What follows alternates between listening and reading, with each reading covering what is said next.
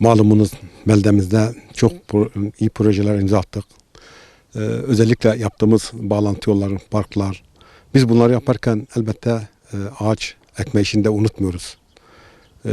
Çünkü ağaç demek hayat demektir. İşte biz de bu sene yaklaşık 500 tane fidanı toprakla buluşturduk. Yani yaptığımız yollarda sadece yere park serip halkımız üzerinde geçmiyor.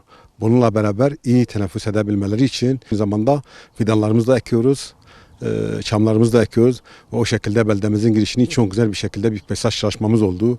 Yani bir nevi hem yollarımızı yaparken peyzajımızı yapıyoruz. Bunlarla beraber korkuluklarını da yapıyoruz. Bunlarla beraber aydınlatmasını da yapıyoruz. İnşallah en kısa zamanda da bu peyzaj çalışmasının yanında aydınlatmalarımızı da yapacağız. O zaman Ankefimizin, Kayapınar'ımızın halkına yakışan güzel hizmetlerden bir tanesi de bu peyzaj çalışmalarımız oldu.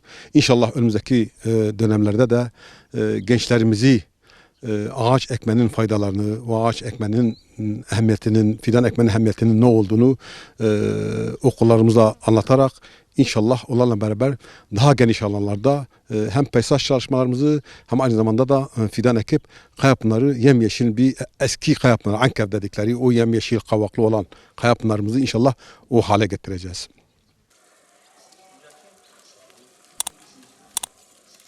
Güzel oldu.